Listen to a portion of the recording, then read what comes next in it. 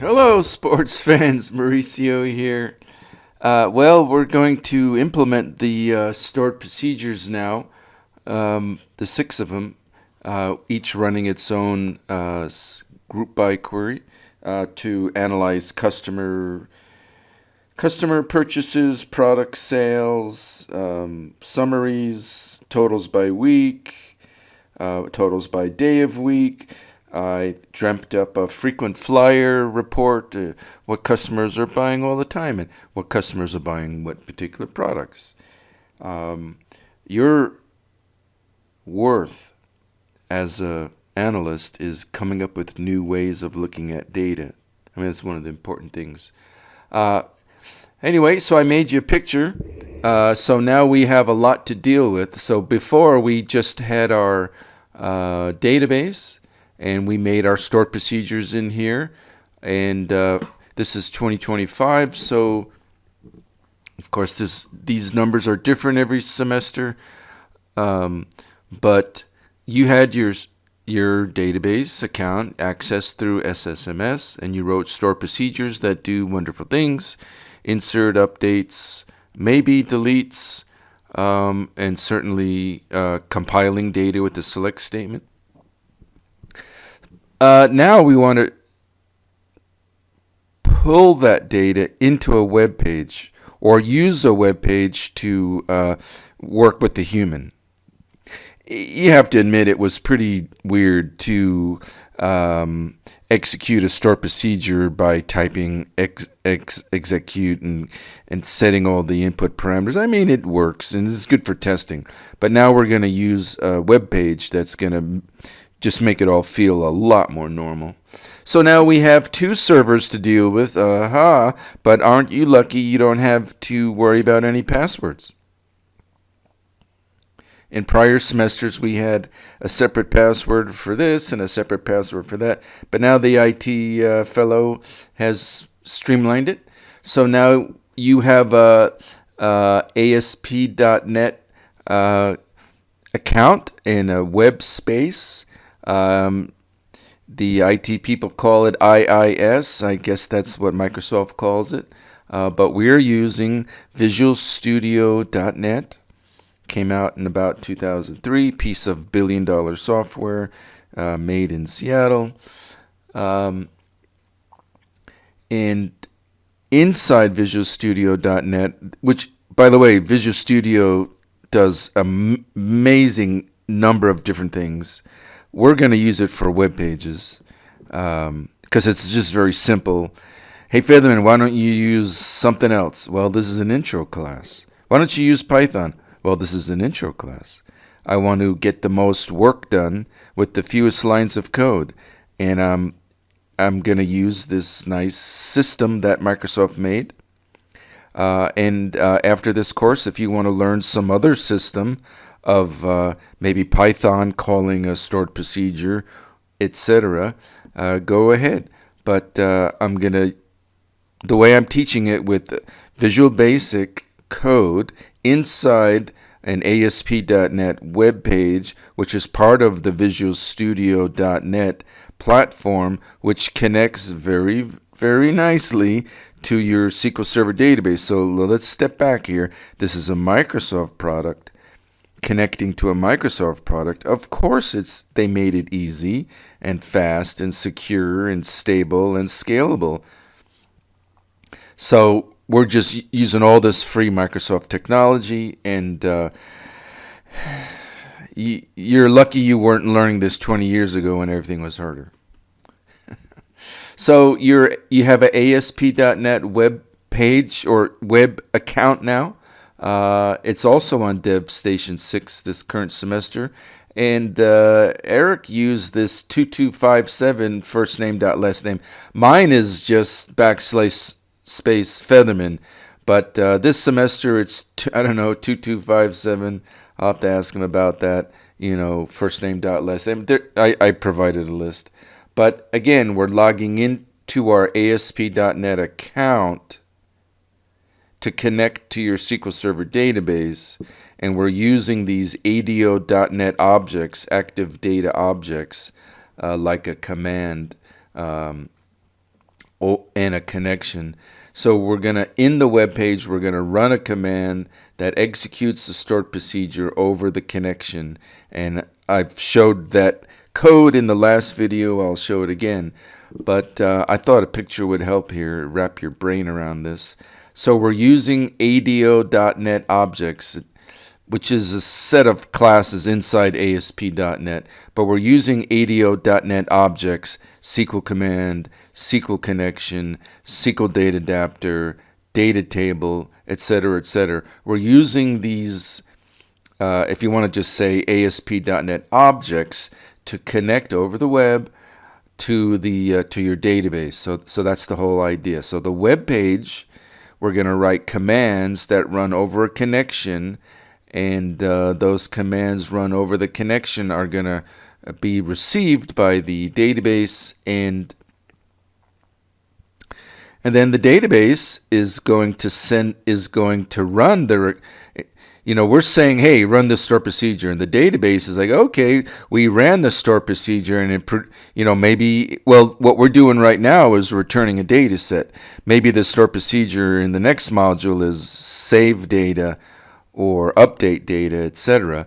But for right now, we are running store procedures that each have a SQL select group by statement, which creates a data set. So the store procedure is the one that was requested is gonna be run, and the data set, is gonna be passed back to the web page.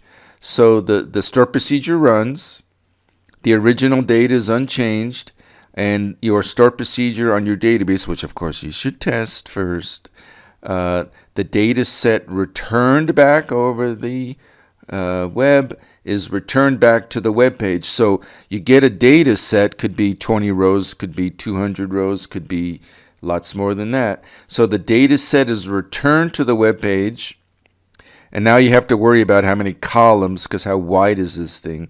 So you have to be judicious about how many columns and how many rows you return, because it's going to scroll up the screen and be too wide for the screen, etc.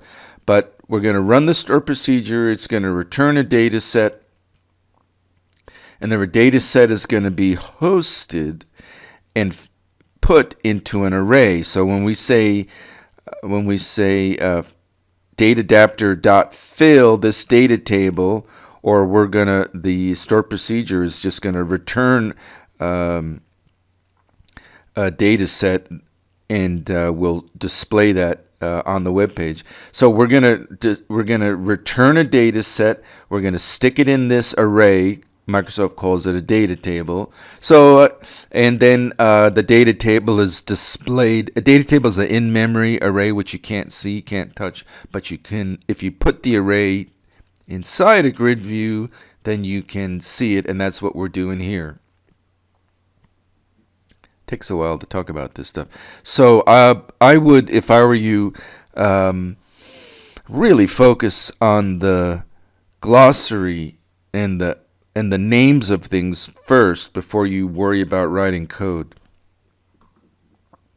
So anyway, so this is Visio. So what do you think? When I did my file new, I picked I think a network diagram, and that had these nice little icons here, and I drew this for you. And so we really should be using Visio to draw a data model, to draw a flow chart, to draw a swim lane diagram, which is a flow chart that has different lanes across the page, by department, I guess.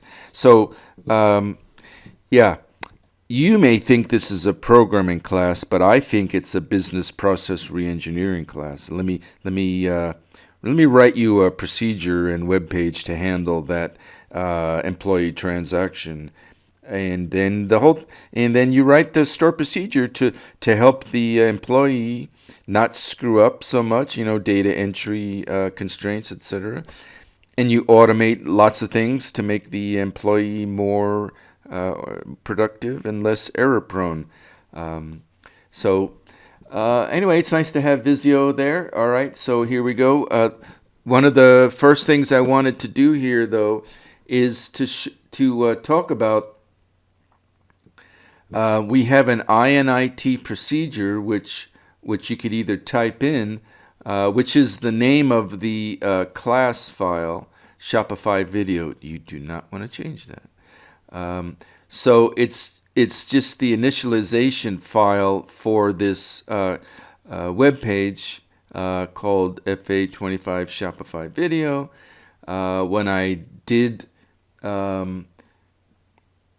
When we did add the item, I was very careful to name it. That's always a slow one. I was very careful to name it whatever.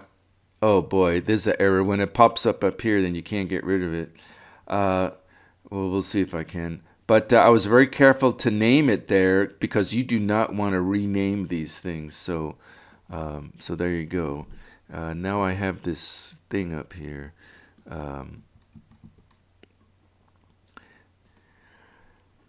All right, so I did reboot. So this init file, that means this code is only going to run when the web page starts up for the first time.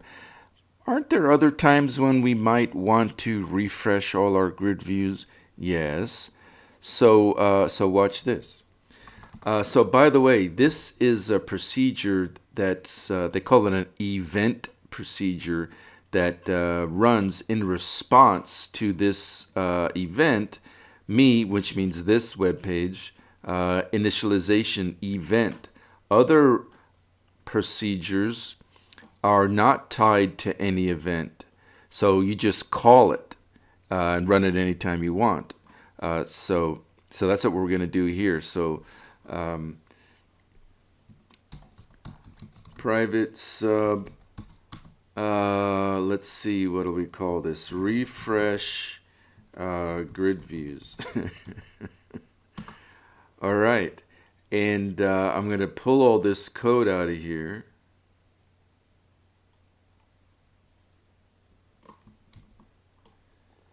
And put it in here. And maybe I'll call it refresh summary. I don't know. That's a good enough name. All right, so now this code, refresh grid views, we're going to call that. You don't have to use the word call, but I think it's kind of reminiscent of a bygone error.